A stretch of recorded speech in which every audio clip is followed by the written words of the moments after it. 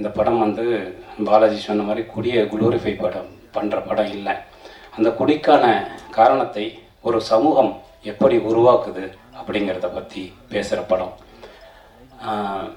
கார்த்திக் நேற்று அளவுக்கு இல்லைனாலும் அதில் ஒரு கால்வாசி அட்ராசிட்டிகளை நானும் பண்ணால தான். அந்த காலகட்டங்கள் நான் இப்போது குடியை விட்டு 10 வருடங்களுக்கு மேலே ஆயிடுச்சு. குடித்து கொண்டிருந்த காலகட்டத்தில் இன்றைக்கி நான் யோசித்து பார்த்தா ரொம்ப ஆச்சரியமாக இருந்துக்கு.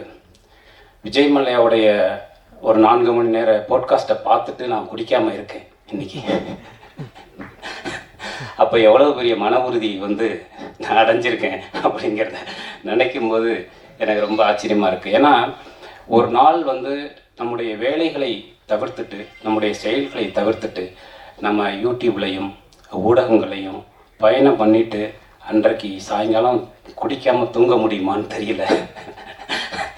அப்படியான ஒரு சமூகத்தில் தான் நாம் வாழ்ந்துகிட்டு இருக்கோம். ஆனால் அதை தாண்டி ஏன் நான் இதை சொல்கிறேன்னா, நான் கடைசியாக குடித்த நாள் வந்து 2009 பிரபாகரன் இறந்ததாக தொடர்ந்து அந்த செய்தி வந்து கொண்டிருந்த அந்த நாள் தான் நான் கடைசியாக குடித்த நாள். அதுதான் என் வாழ்க்கையில் நான் அதிகமாக குடித்த நாள். அந்த இரவு வந்து அந்த பகலில் ஆரம்பித்து தொடர்ந்து தொலைக்காட்சிகள் அந்த செய்தி வந்துக்கிட்டே இருக்குது. ஒரு 30 வருடங்களுக்கு மேலான ஒரு மாபெரும் கனவு, ஒரு மாபெரும் போராட்டம் நம் கண் முன்னே வீழக்கூடிய, அதை பார்க்கக்கூடிய சக்தி வந்து உங்களைப் போலவே எனக்கும் இல்லை. அந்த நாள் வந்து அருள் இல்லைனும் நானும் சேர்ந்து மத்தியானத்துலேருந்து குடிச்சிக்கிட்டே இருக்கோம். அருளில் வந்து குடிச்சிட்டு தமிழகத்தின் அரசியலில், பத்திரிகைகளில், உயர் பொறுப்புகளில் இருக்கிறவங்களுக்கெல்லாம் ஃபோன் போட்டுக்கிட்டே இருக்கான் குடிச்சிட்டு. ஏதாவது வந்து இது உண்மையா, வேறு ஏதாவது நடக்குதா, ஏதாவது நடந்துருமா அப்படிங்கிறதை தெரிந்து கொள்ளக்கூடிய சூழலில் அன்றைக்கு முழுவதும் அன்னைக்கு நாங்கள் குடிச்சிட்டு யார் யாரை சந்தித்தோங்கிறது ஞாபகமே இல்லை.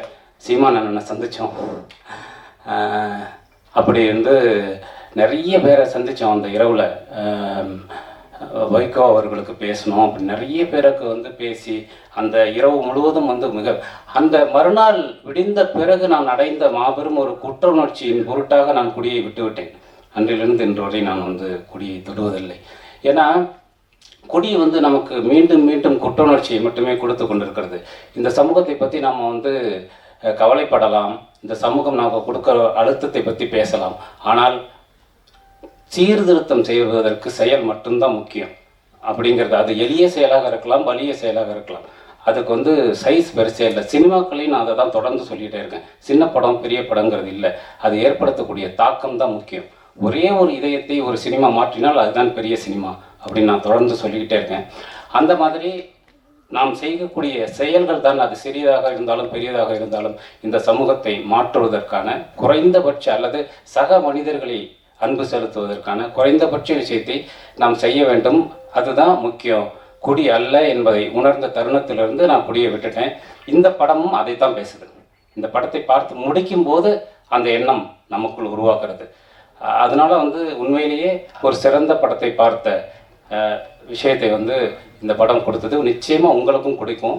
நான் வந்து மலையாள சினிமாக்கள்லாம் பார்க்கும்போது, குறிப்பாக சமீபத்தில் கூட இந்த அடிகோஸ் அமிகோஸ்ன்னு சுராஜ் வெங்கமூடு நடித்த படத்தை எல்லாம் பார்க்கும்போது இந்த மாதிரியான படங்கள் வந்து ஏன் தமிழ் சினிமாவில் வர்றதில்லைன்னு யோசிச்சிருக்கேன்.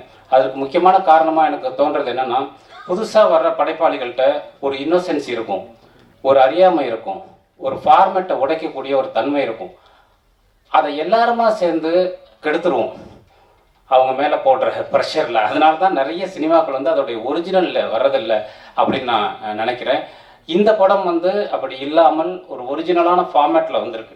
அது வந்து ரொம்ப நல்லா இருக்குது. அது ரொம்ப அழகான ஒரு படமாக வந்திருக்கு.